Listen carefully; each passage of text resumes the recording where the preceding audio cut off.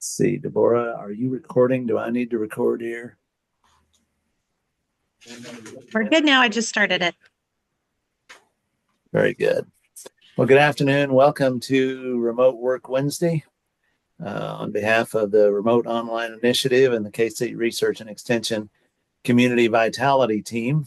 Um, I'm Ron Wilson. I'm director of the Huck Boyd Institute for Rural Development and part of the KSRE Community Vitality Team. Huge thanks to Deborah Cole, who is our program leader coordinator for K-State Research and Extension Community Vitality, and Deb Oldie from the North Central Regional Planning Commission, which received a grant that helped support this work as well.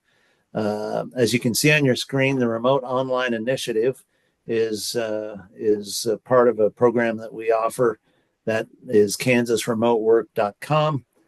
We offer remote month-long online classes about remote work that enable participants to become certified as a remote worker or a remote work team leader. So if you're supervising a hybrid team, for example, those classes are designed for you. The Remote Work Wednesday is a Zoom call for anyone interested in remote work. And our goal is simply to learn about the opportunities and challenges of remote or hybrid work from different perspectives. It's a free call on the second Wednesday of each month. And you can go to that kansasremotework.com website at resources and see our past webinars, Zooms as well. Next month, Remote Work Wednesday will be on November 13. We'll be hearing from Deb Oldie, the aforementioned Deb, who is Assistant Director of Strategic Initiatives for the North Central Regional Planning Commission and an early adopter of remote work. She's been working in North Central Kansas remotely for some time. Our speaker today, we welcome back someone who is part of the K-State Research and Extension Community Communications team. She was part of the KSRE family some years ago as a communication staff member for KSRE. She's a Missouri farm girl, a University of Missouri graduate with a master's from Texas Tech. She and her husband now live in Phillips County, Kansas. She is director of communications for Enriched Ag, which fascinating business I had the opportunity to learn about just recently. We hope she'll share about that. A fascinating startup business in the ag tech technology space in a company that is working entirely remotely. So I'm anxious to learn about that. So Katie, please tell us about Enriched Ag and your experience as a remote worker in a company that operates in the remote space. Thank you, Ron. I'm excited to be here today, and I'm going to get my presentation loaded here. We do have some history working at K-State together, Ron. So it's nice to reconnect after all these years. I think it's been about 10 years or so since I've been there in Manhattan, but am now working for an ag tech company. And I'm glad that some of our folks here on the call have some ag experience and background, because you might find this intriguing, not only from a remote working standpoint, but also just tools in agriculture that are up and coming, which I think are pretty exciting, and I'm glad to be a part of. Let's see, I'm going to advance. Hold on a second. Get on the right screen. There we go. This is a little about me to start off. As Ron said, I am a Missouri girl. I went to the University of Missouri and got my master's at Texas Tech. I grew up on a diversified crop and livestock operation in North Central Missouri, and I've worked in agriculture, healthcare, a variety of communication platforms, from online media to magazine and newspaper writing over the years. And I've also worked in nonprofit organization and fundraising. And so I bring all of these tools into my position now at Enriched Ag. I am married to a Kansas boy, Eric Wagner, and so that's what got me out to Phillipsburg. I said I would never move to Kansas when we met, but here I am. And Kansas is my home now, so I enjoy living here. And we have two little girls, ages 3 years and 7 months, and of course, they are my pride and joy. And here's my timeline to working fully remote. Again, when I graduated with my degrees, I didn't picture myself in this type of environment. I'm a social person. I really like being in the workplace, but opportunities have presented themselves along the way, and I really enjoy what I do now. And so I thought I'd talk about my timeline a little bit. After I completed my bachelor's degree, the economy was pretty poor. Jobs weren't readily available in that 2008, 2009 time period. And so I had the opportunity to go on and get my master's degree. And I'm so thankful that I did, because my experiences in Lubbock were wonderful. And I've used those skills in every position that I've had since I completed my master's degree. Lubbock was a great place, but it wasn't home. And so I was thankful to be able to move closer to home and work for the American Angus Association. In 2011 is when I started, and that's when I met my future husband through mutual friends. He got me out to Kansas. I worked for K-State Research and Extension for a few years, and then moved closer to his hometown and worked at Norton County Hospital, a neighboring county, and worked there for 7 years. I was the director of the Norton Regional Health Foundation. I helped establish that foundation, and worked in healthcare, which was different for me. I do have a mom and a sister who are both nurses. I was around healthcare throughout my life, in addition to agriculture. And I know that rural healthcare access and services provided locally are so important to farming communities. And so that's where that tie really came in for me, was being able to work in something that supported rural communities. And so I really enjoyed my position there. Of course, things went crazy in 2020 when COVID hit, and we had at times just essential personnel, meaning just direct healthcare providers, working on site, while the rest of us were ordered to work remotely for periods of time during that year. And that was my first taste of remote work. So I worked remotely. I found out that I kind of enjoyed it from time to time. It was nice. It was kind of hybrid. I was going back and forth. To make the year even crazier, I actually got married in 2020. So, and then we had our first child in 2021. And then we hit another roadblock in living rural, and that we didn't have daycare. Daycare access was so difficult, and it still is in this area. And we were on a waiting list for a long time, and didn't have daycare for the first 6 months of her life. And I had to go back from maternity leave. I don't have family close by, so it was difficult for me to figure out what I was going to do, because I still wanted to work. And thankfully, I was able to continue to work in a hybrid type role when I went back from maternity leave. And so I worked from home a few days a week, and then I also worked on site, and I had a good balance there. If you know your Kansas geography, we live in Phillipsburg. I was traveling to Norton. My husband was working in Smith Center at the time, and we were driving an hour commute to our jobs each day, and we did that for a couple years. And this opportunity with Enriched Ag came at just the right time. I felt that it was a good opportunity to be able to work from home, have some flexibility, be able to take care of my family. My husband went self-employed about that time too, so we no longer have the fuel expenses that we used to have, and that's kind of been an advantage to working remotely. I want to share some information about Enriched Ag, because I think that's key to understanding how we all work together in a remote environment, and everyone in the company being a remote employee. It started in 2018. It's an ag tech startup. Ag tech was new to me, but it wasn't new necessarily in my family. I have two in-laws. I have a sister-in-law and a brother-in-law who also work in ag tech, and they work remotely. And so I was kind of familiar with how they balanced work, and knew that these positions were available. And so, getting into ag tech wasn't totally new, even though it was new to me. We have 15 full-time employees, and we reside all over the country and in Canada. There's a picture of us there in the top left. We have tech experience and ag experience that we bring to the table. And so our tech team, they're really well versed in AI, machine learning, big data. They've worked for the big companies in the tech, atmosphere. They've worked for Apple and Google and Uber.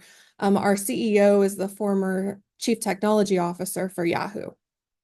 And so a lot of great experience on the tech side. Same goes with agriculture. You can see where some of our employees have worked in the past there, in particular with interest in grazing management, land stewardship, ecosystems, and beef production. And so that kind of goes hand in hand with what we do with our tools. And I'll talk about those tools in just a little bit. But to complement our staff, we also have some renowned advisors, experts who are in this field of production agriculture, as well as board members and investors. And we are a venture capital funded organization, startup. And so we do have board members that consist of some of our advisors as well as our investors in our company. Here's where we reside, our employees. So I'm the only Kansan on staff. We do have a few people in Oklahoma, one in Texas, two in California. That includes our CEO.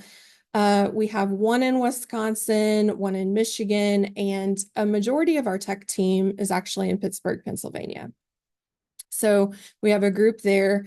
And then we have one person in Canada. So we're all over the map in terms of time zones. And a lot of our meetings that we have are middle of the day. So we condense, we work kind of individually on our projects, in times that we have free, usually early mornings or later afternoons, and midday are our heavy meetings. And I wanted to make a map of our customers, but for fear of it being inaccurate, because that changes all the time, I would say that a majority of our customers who we also have to deal with on a remote basis in a lot of ways are north and west of Kansas. And so a lot of those big ranches like Montana, the Dakotas, Wyoming, Colorado, etc. We do have some customers in the Southeast as well. Not so much in the Northeast, but given what we do, it makes sense of where our customer base is. We also have some customers in Canada, and we're talking with some global companies and producers as well. And so it's kind of, fun to see how this grows and evolves and people find out about Enriched Ag and what we do. So here's some history. It started with 4 of our staff members founding the company and working in specialty crops, particularly fruits and vegetables and mushrooms, and looking at growth and diseases and things that they could detect from an AI and machine learning standpoint to help with those kind of crops. When we hired folks that were in the more production ag sector, the pastures, rangeland management, we grew that out to looking at particular, forage production on ranches, looking at bare ground and how the bare ground can be covered to protect the soil and improving soil health, crop health, looking at livestock well-being and carbon sequestration. So those are some hot topics in agriculture. And we do that primarily with our proprietary camera that you can see here. It's a dual camera that can be attached to any farm vehicle and can take photos as you're doing your ranch checks, as you're driving, and then they automatically upload to our models, which then produce reports to you automatically. And I can tell more about that in just a little bit, but this is the main tool that we have that drives our reporting, our automated reporting mechanism in trying to make agriculture more efficient for producers. So here's our 3 products. We have Enriched Ag Insights, which if you go onto our website right now on enriched.ag and you go up to our map tool, you can actually, for free, find your land and look at ranch level, farm level forage production measurements from satellite data. And you can look at your bare ground, you can look at weather information, you can look at carbon insights. All that information is available in general form. So we combine that insights with our vision technology because the satellite data is really good data, but the images that we collect with our cameras provide ground truth information and make that data even more accurate for you. It's an easy way to just, as you're doing things, can drive around and collect this information, combine it with the satellite data and get some really nice reports, historical and like future projected reports on your forage production and your bare ground and all of those things. And so we combine those things with our third product, which is satellite internet with Starlink with the real-time platform. And this is really important to some larger ranches that have connectivity and cell phone issues. They can hook a Starlink onto their vehicle as well and get those reports in real time, which instead of, having your camera on your vehicle and then going home and the camera connecting to your home Wi-Fi and doing the upload for you, you can actually get the reports while you're in the field, which is nice. In addition to just safety and, where you didn't have cell service, maybe having that connectivity is a nice way to be able to call out when you need help on the ranch. And so that's kind of a two-pronged approach with that, with having the information in real time and the safety mechanism. Our tagline is monitoring agriculture at scale. So no matter what your goals are, we can help with our technology from conservation and soil health. Trying to make the land better for the next generation is on the minds of a lot of producers. And so we can, help you with improving your ground cover, improving your plant diversity, looking at your cover crops, carbon sequestration, baselining what carbon you have and what potential you have if you make certain changes over time to your land, improving ecosystems. If you're in any kind of grazing business at all, that forage production is important. We can provide you with your forage production per pasture, and then that gives you information if you enter your herd information, how many days that can be grazed. And it should be grazed, how many recovery days then after the fact are needed, and then when you can put that particular herd back into that pasture. So grazing management plans have been important for a long time, but this just automates things and makes things easier for you. It basically takes pencil and paper into a digital format.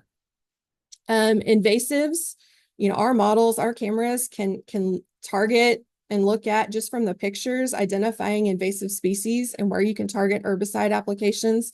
So you're saving money there. Animal health and well-being, we're working on body condition scoring cows. So instead of you going out and looking at a cow and saying that she's a 4 or a 6, our models can actually do that for you and tell you what your herd overall BCS trends are. Also illness detection, we can detect things like runny eyes and noses and give you reports on that.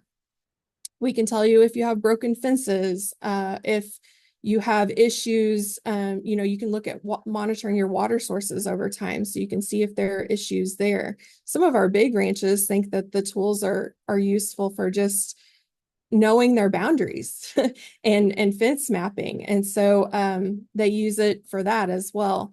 And then we've just recently gotten into, because this spring and summer, we've had customers who've had a lot of damage related to hail, tornadoes, natural disaster events. So they can use our cameras for having before and after imagery. And that's important for verifying insurance claims. It's also important for tracking any kind of damages that they have and where they need to focus their attention related to diseases, pests, downed infrastructure. So we're working on hazards at scale as well. And this is what you would see. The top left picture would be like your general insights. So you can see an example of a ranch over there with the pastures that are drawn out. You can click on those and get reports ranch level and then at pasture level in terms of your forage production and carbon information, weather information. Then the bottom, the picture below that would be your vision. So you can see where pictures were taken along your drive, and you can see those pictures then on the right-hand side that are tagged. So you can do a search and say, show me all the pictures that had animals in them, and they would populate. Show me all the pictures that had shrubs, certain species, those kind of things that you want to see. You can actually just go to the map and click on a particular area and look at all the pictures in that area. You can see how pre and post treatment it can be evaluated. So, you can see how you're bettering your operation over time. And that helps you as a ranger tell your story. We have a plant diversity monitor. So that's shown on the top right there, looking at the different species you have. A lot of people who are interested in conservation and wildlife habitat are really interested in plant diversity. And then I think that bottom set of images is really cool because it shows you what you would see in the pictures, and then below that, what the models see. So what the models detect. And these models are trained by experts. We have to teach them how to identify water, cattle, all these things that I mentioned. And then eventually it starts to do it on its own. But they're expert trained models that work for us. And so experts are behind all of this. We do have over 35 ranches that we work with, and that's small to large scale. We have partnerships with universities, including Kansas State, and we have a Enriched U academic program with these universities that allow us to work with students in grazing and rangeland management programs, and we provide them with our tools at no cost. They can use them just to look at real world application and look at our tools, tell us how to better the tools. It's two-way benefit, really. We work with the students work with us and faculty, and that's a great program that we've established. We work with 6 different research partners, and we have a variety of grant projects in the works. And that's also gotten us into some work with agribusinesses as well and doing pilot projects. And then we have leading experts that we talk to on a daily basis as well and help guide what we're doing. So my role is Director of Communications. I do a lot of different things, as you can see here.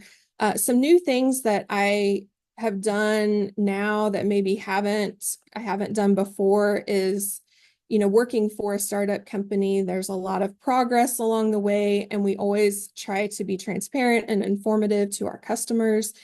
And so I'm always sending out email updates that talk about new features that our platform provides for them. I send out newsletters on a continual basis to keep up with things. And so I work a lot more digitally. I think that goes with the remote work that I do as well. And just because our customers are all over the place, we recently started a community of users, and we have a monthly webinar where we connect with all of our users and show them the latest in what we're working on and allow them to communicate with one another and with us. And that's been very helpful. We are going to start doing a general webinar. So this will be for anyone who's interested in Enriched Ag, who's maybe not a customer yet. We're starting that on October 28th, so this month. And that keeps me pretty busy in promoting those. We do go out in the field and go to events and trade shows and that kind of thing. I'm also a one-man shop, so project management is a little bit different from what I've done previously. I can't do it all, and so we do outsource some things, and I work with a variety of really great people in the communication sector, a lot of whom I've worked with in previous positions. So just being connected in the ag sector is really important. And when I went on maternity leave earlier this year, was able to hand off some things to individuals who work in an agency environment, and was able to work with my team and continue my duties while I was on maternity leave, also on a remote basis. And so I think that, it's amazing, even in the 20 years since I just had my 20-year high school reunion happen. And I think it's amazing how technology has really just changed since I was a senior in high school. And even in the last 5 years, it's pretty tremendous. So here's all of our company roles. I mentioned we have 15 staff members, and these are the 15 positions that we have in our company. The first 4 are CEO, Chief Technology Officer, Chief Science Officer, and our VP of Engineering. Those are the folks who founded the company. Most of our staff either report to one of the VPs. I actually report to the VP of Producer Relations, so our ag lead, which is Billy Cook. And they're either those two are the supervisors, or the direct report to the CEO is how we work. We're a small but mighty team. And so we're constantly working with one another and overlap a lot, but that's kind of where the lines go with reporting. I mentioned it's all about teamwork. Here's some tools that we use. We're a tech team and we use technology in a variety of ways to be efficient. We use a team chat called Zulip, where we can have threads that are organized and we can talk through things throughout the day. And that's what we use primarily to communicate with one another all day long. We do use email as well, but Zulip is where we go to really chat with each other all day long. Linear is used for project management. We have Salesforce for customer management. JustWorks is our platform for HR management. That's just a few of them. There's also others that different, team members use on the engineering side, especially, and working with some software developers and the hardware developers, because those are all also outsourced in some fashions. So they have a lot of different communication tools that they use. We have weekly staff meetings. We have all hands sync meetings on Monday and Thursdays. So that's when all staff are together talking about our big things that we need to work through. We have daily customer service meetings. We also have other meetings that are dedicated to sales, deployment, hardware, and engineering, as I mentioned. We connect with our advisors on a weekly basis. We have regular meetings with our customers, and I mentioned the webinars. What's fun is that quarterly we get together in some location. And so it's great to see each other and be able to socialize and connect at a offsite location outside of our homes, and get to know each other in that way, and then also get a lot of work done. And so we do that. And what's fun is that a lot of times we bring our families to that too. So we get to know each other's families. And I think that it's a family-oriented company, and that's a really great thing about Enriched Ag too. We have quarterly board meetings, and we provide our board members with updates in between those. And of course, occasional travel to trade shows and different events where we try to engage with more customers. So I listed the top 3 advantages and disadvantages to remote work in my mind. The top advantage by far to me is that it is so enjoyable and fulfilling to be able to do this position while working in Phillipsburg, Kansas. It just has a population of a little over 2,000 people. I love what I do. I love going to work every day in my basement. So it's really fun. It's fun and it really keeps me going, the work that we do. I think a different thing about an ag tech startup is that sometimes you build up something and then you're working with all these advisors and experts, and they're like, that really doesn't fit, and kind of have to scrap it and start all over sometimes, which is different for me. But it's still enjoyable work because it's problem solving and trial and error when you're working for a startup company. I think what's also really neat is that I get to work with top tier professionals, a lot of them have worked previously remotely, especially on the tech side, so they can kind of guide on how we do things and be efficient. And of our 15 staff members, we have 7 who have PhDs, and a lot of the rest of us have master's degrees. And how cool is it that we're able to get all of these people working together on a team? And that's only made possible by working remotely. So I think we have a great think tank of staff, and I'm just amazed at how much I've learned from others on my team. I mentioned that we're family oriented. That's really neat. There's flexibility as well, which balances well with my husband being self-employed. So my daughters do go to daycare, but they only go to daycare they go to daycare 3 days a week. And then 2 days a week, my husband is daddy daycare. So daddy daycare goes on upstairs while mom is working downstairs. And then I take over, and sometimes my husband has projects that he has to work on in the evenings, and we make it work. That we're both able to be flexible, which is really nice.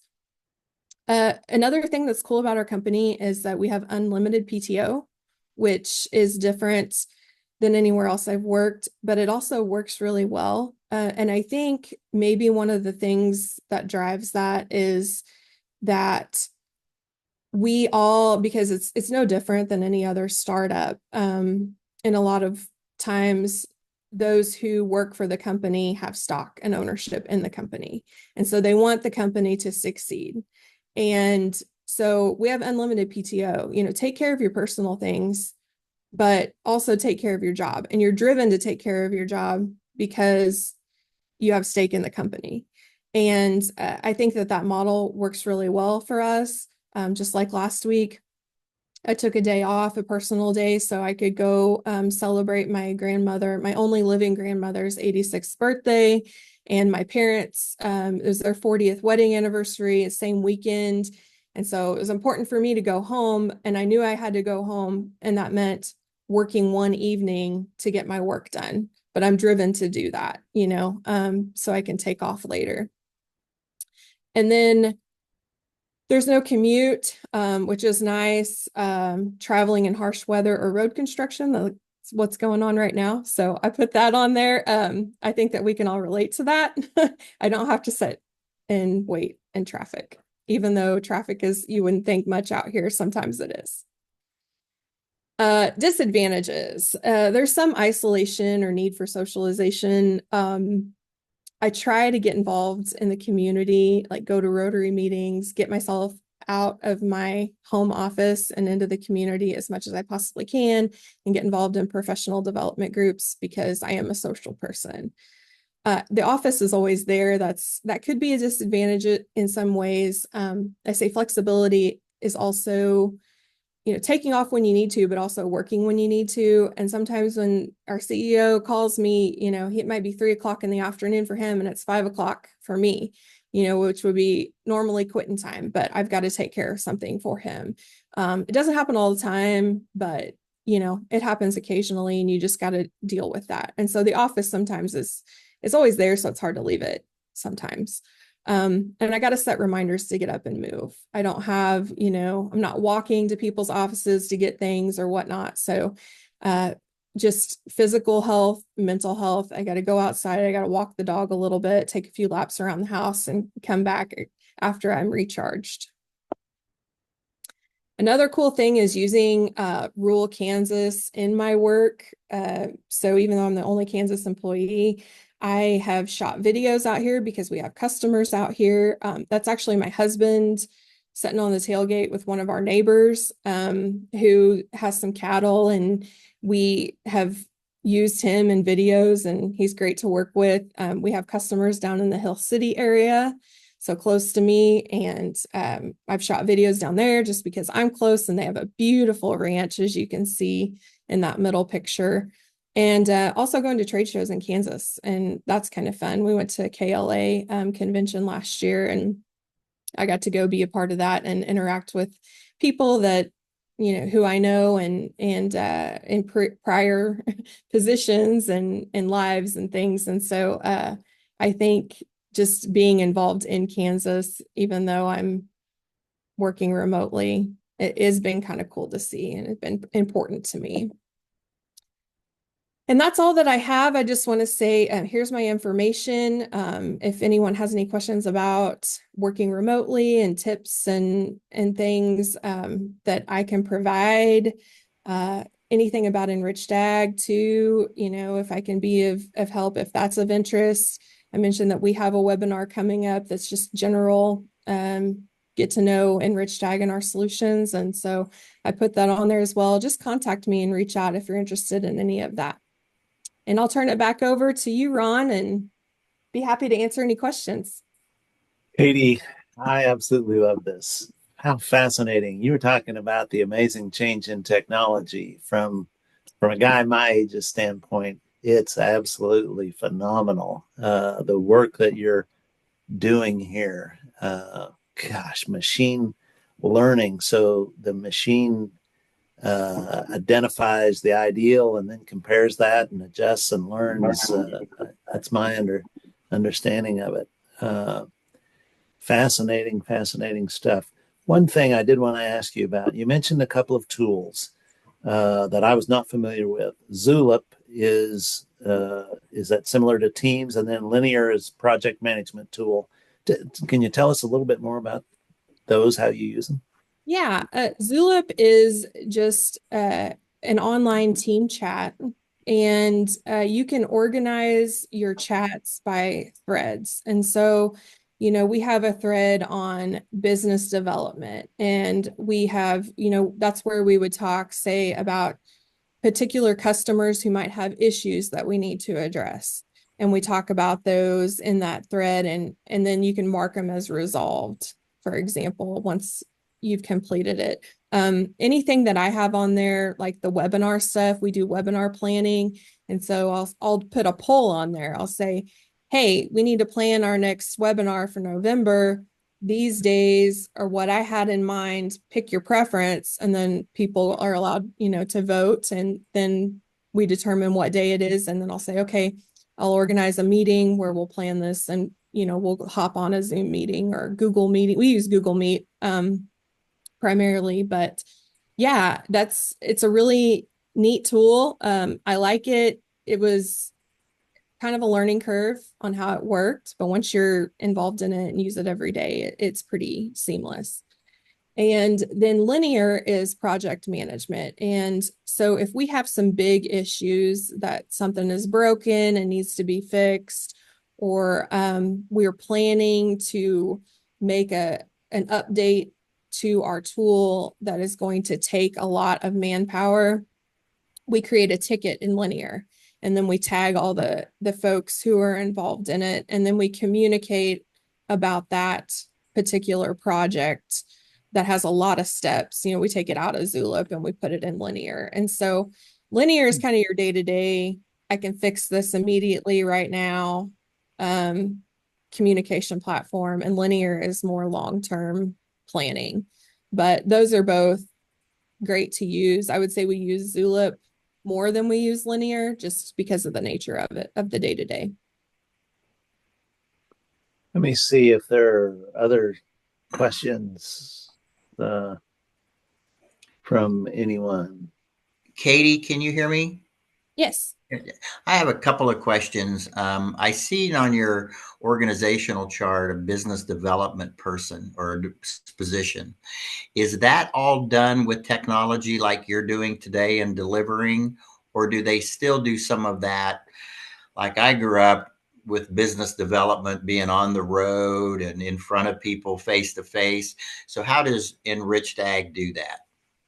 I would say it's a combination. We have a business development director who is in the United States, and then we have a manager who's in Canada, and they work hand in hand together. Their titles are a little different, but they do a lot of similar things. And they go to major events and trade shows and things to connect with people. They're constantly on the phone talking to our customers, because even though technology is taking off, I think in our world of agriculture, you want to know the person you're working with. You want to talk to them, you want to have a conversation with them. And so our guys are on the road every week somewhere, especially on our ag team. Not only our business development director, but just our producer relations people, our ag programs director. Both of those guys are on the road a lot. There's a lot of overlap in how we handle customer service. There's not any one person dedicated to it. We all work with it. So, in person at events, they go out to the farms and ranches, say they're going to a trade show, in Montana, an event in Montana. They're probably, whoever's going out there may be driving or plan to drive from Oklahoma and make stops into Colorado and Wyoming and, along the way at some of our ranch partners. And they make sure that they make those in-person things happen. And then, constantly, being on the phone as needed. These webinars are the digital thing, checking emails for updates on the platform as we release those. It's just a combination of things to make it work. All right. Thank you. The other question I had is a little bit more granular, I think. I noticed that all the information, or a lot of the information, has to do with crop production or forage production and things of that nature. Is there any mechanism to kind of extrapolate that into soil fertility? I mean, I know there's take soil samples and all of that, which is very physical, but can you extrapolate that somehow into the fertility of the soil that's producing those plants? Sure. So what we do is we rely on the 6 principles of soil health, in that what you do above the ground is going to impact what goes on below the ground. And so, in looking at the 6 principles, like biodiversity being one of those, if you use our platform and see that you're increasing biodiversity, we know that you're increasing soil health. Of course, you'll have to take samples along with that. I mean, we can't tell you with our cameras how healthy the soil is, but we know the things that happen above the ground that we can measure that are going to make your soil healthier. And so what you need to do, you could take soil samples and make sure that that's happening, but we can tell you with reports, and give you a historical picture. Hey, you are improving these things. You are covering the ground. You're reducing erosion. You have more increased biodiversity. You're using grazing plans to their maximum potential and rotating your livestock and integrating livestock in a healthy way for the ecosystem. All of these things should be improving soil health. Perfect. Thank you. And you're dealing with rangeland, pasture land primarily. Do you get into the cultivated crops at all? We're starting to. And if in crop production, a lot of your farm implements have cameras and digital things that they include in with Sensors. their package. Right. So what we're trying to do, though, is looking at it from a standpoint of weed management, and looking at, how things progress with your crops and the imagery. We had one farmer in Canada who had a lot of hail damage this year, and he was able to use our technology to figure out the capacity of that, and how the damage, how extreme the damage was throughout his operation. And so that's kind of where we've started. I think that there's a lot of potential. We just, we want to have a tool that's going to be useful and doesn't overlap too much with what's already out there. And that's why we've started with pastures and rangeland, because there's not a lot out there right now for that, compared to crops. But we are getting more interest on the crop side. So it's going to be exciting to see how that goes, forward beyond the weeds and the recovery from natural disasters. Fascinating. So the data isn't just real time, it's also archived. I mean, if you're able to make that comparison of what hail damage caused compared to what it was before, so that there's that there's that record that you can refer to. Exactly. You have a historical data bank of your land. And another thing that we find that's fascinating and there's potential with it, if you think about, there's lots of consumer driven claims out there. They want to see agriculture be environmentally friendly. They want, to see animal health and well-being at the forefront of, the production practices. So that influences the foods that they buy. They want to support farmers and ranchers who do these things. And especially, for what's out there right now, there's BQA certification on cattle production, which is great, a great thing to complete and do, but it's an online certification and anybody can do it, but are you really implementing that on your operations is the key. There's certain things that you can do with this data that we have that say, hey, yeah, this is how I'm improving the environment and also being more productive from an agriculture standpoint.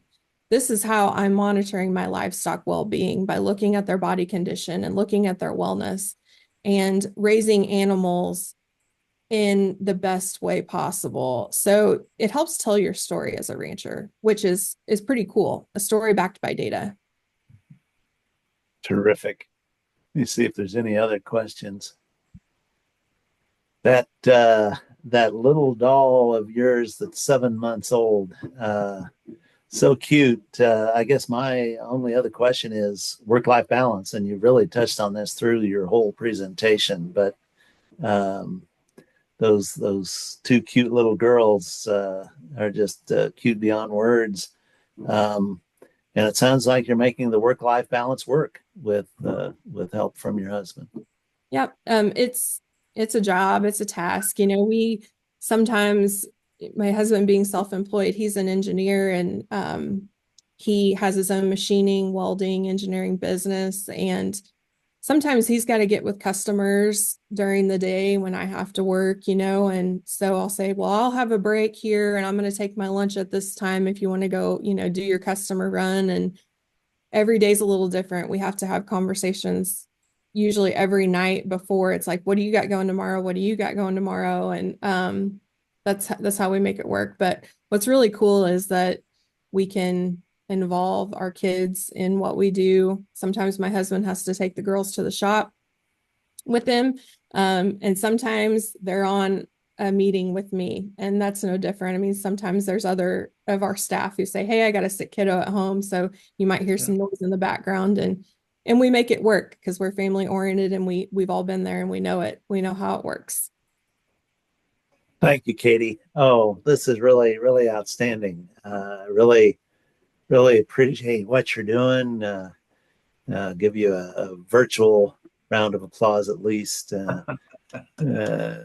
We appreciate what you're doing. Fascinating work, and really appreciate you sharing about how you're making remote work happen in this environment. So thank you very much, and we look forward to hearing more great things from you.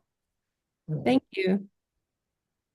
Our next remote work session will be Remote Work Wednesday on November 13. So join us next month. As I mentioned, Deb Oldie has been a remote worker for a long time. And now with the North Central Regional Planning Commission in North Central Kansas. And she's going to share some of her experiences, tips, and advice for working remotely as well.